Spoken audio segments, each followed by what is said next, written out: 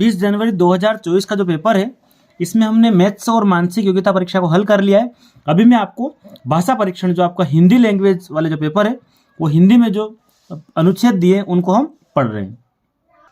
आपको detail video एक मैं अवेलेबल करवा दूंगा। अभी हम इसको पढ़ लेते हैं। क्या है, अनुच्छेद 1 में दिया है कृतज्ञता ज्ञापन एक बहुत बड़ा सद्गुण है जो प्रत्येक मनुष्य में होना चाहिए। यह एक अनुभूति है जिसके द्वारा हम किसी के प्रति धन्यवाद अभिव्यक्त करते हैं। हम अनेक रूपों में अपनी कृतज्ञता ज्ञापित कर सकते हैं। हम अपने विचारों, शब्दों और कार्यों में कृतज्ञ हो सकते हैं। जब हम धन्यवाद कहते हैं उसका अर्थ होगा हम उसके कृतज्ञ हैं। हमें उन सबके प्रति कृतज्ञ होना चाहिए जो हमारे लिए सहायक है।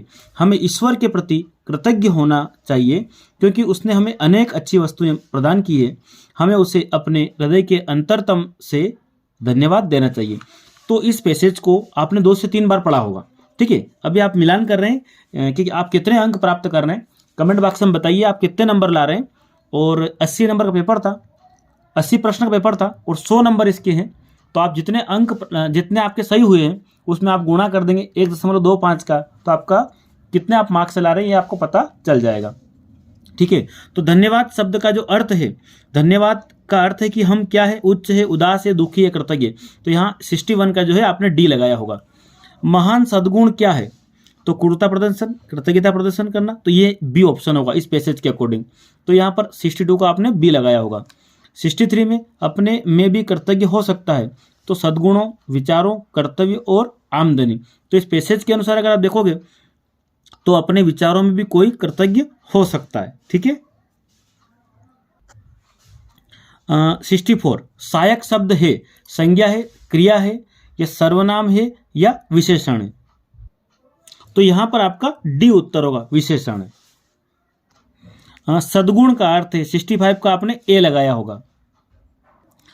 तो मैथ्स भी मैंने हल आपको दे दिया है। आप इस चैनल की प्लेलिस्ट में जाएंगे, आपको वीडियो मिल जाएगा, या इसी वीडियो के नीचे में डिस्क्रिप्शन बॉक्स में लिंक डाल दूंगा। आप वहां से उस गणित वाले वीडियो को भी देख ले और अपनी आकृतियों में आपने कितने सही किए उसको भी आप मिला ले। क्वेश्चन नंबर 2, अनुच्छेद नंबर 2 दिया है। आपने सामाजिक कार्यकर्ता और महान पर्यावरणवादी सुंदरलाल बहुगुणा के बारे में अवश्य सुना होगा। उनका जन्म उत्तराखंड के एक छोटे से गांव में हुआ था। उनका गांव ऊंची पहाड़ियों पर हरे भरे वनों से घिरा हुआ था। वन मूल्यवान वृक्षों से भरे हुए थे। खेल का सामान बनाने वाली अनेक कंपनियों ने पेड़ों की कटाई शुरू कर दी। इसका परिणाम यह हुआ कि आसपास के क्षेत्रों में विनाशकारी बाढ़ आना शुरू हो गई। बाढ़ से लोगों को अनेक समस्याओं का सामना करना पड़ा। उन्हें अपने जीवन में वनों का महत्व समझ में आया। ऐसे पैसेज आते हैं तो हमको 3 से 4 बार इनको अच्छे से पढ़ना है, फिर क्वेश्चन आपको अटेंड करना है। तो सुंदरलाल बहुगुणा क्या थे, तो एक पर्यावरणवादी थे। ठीक है, एक महान पर्यावरणवादी थे। 67 पे लिखा है उनका गांव घिरा हुआ था। तो आपको यहाँ पर जो इसका उत्तर होगा, हरे भरे वनों से उनका गांव जो है घिरा हुआ था। फिर 68 पर वनों की कटाई के परिणाम स्वरूप क्या आने लगी, तो विनाशकारी बाढ़ आने लग गई। ए ऑप्शन होगा। सुंदरलाल बहुगुणा संज्ञा है, क्या दिया है, तो ये एक व्यक्तिवाचक संज्ञा है। यहाँ पर सुंदरलाल बहुगुणा क्या, सुंदरलाल खुद एक नाम है इसलिए व्यक्तिवाचक यहाँ पर संज्ञा है। मूल्यवान का पर्यायवाची, तो अमूल्य, अनमोल शब्द है मूल्यवान का पर्यायवाची। पैसेज नंबर 3 है, वैज्ञानिक और चिकित्सक हमारे शरीर के विभिन्न तंत्रों और अंगों पर टीवी के खतरनाक प्रभावों के बारे में चेतावनी देते हैं। प्रत्येक व्यक्ति प्रतिदिन औसतन 3 से 4 घंटे टीवी देखता है, जिससे हमारी दृष्टि कमजोर होती है। बच्चों पर सबसे अधिक प्रभाव पड़ता है क्योंकि वे निकट से टीवी देखते हैं जो अधिक हानिकारक है। इसके परिणाम स्वरूप सिर दर्द की सामान्य शिकायतें आती हैं। लंबे समय तक टीवी देखना हमारे शारीरिक और मानसिक स्वास्थ्य के लिए हानिकारक है। नृत्य, संगीत, लड़ाई के विभिन्न कार्यक्रम में ऊंची आवाज से बहरापन आ सकता है। एक ही मुद्रा में लगातार टीवी देखने से जोड़ों में दर्द है ना, पीठ में दर्द और मांसपेशियों में दर्द होता है। टीवी देखते हुए खाना खाने से हमारी पाचन क्रिया ढीली हो जाती है और मोटापा बढ़ता है। आतंक और हिंसा के दृश्यों से युवकों में मनोवैज्ञानिक समस्याएं जन्म लेती हैं। तो पैसेज को आपने 2 से 3 बार पढ़ा होगा। ठीक है, तो यहाँ पर हम इसके क्वेश्चन आंसर देखते हैं। क्या है, लंबे समय तक लगातार टीवी देखने से हमारा या हमारी प्रभावित नहीं होता है। तो देखिए, मानसिक स्वास्थ्य प्रभावित होता है, पाचन क्रिया प्रभावित होगी, वजन बढ़ेगा घटेगा, लेकिन ऊंचाई, यहाँ पर जो उत्तर होगा वो ऊंचाई प्रभावित नहीं शब्द लिखा है। ठीक है, तो आपका यहाँ पर बी उत्तर होना चाहिए। आतंक और हिंसा के दृश्यों से युवकों में मनोवैज्ञानिक समस्याएं जन्म लेती है।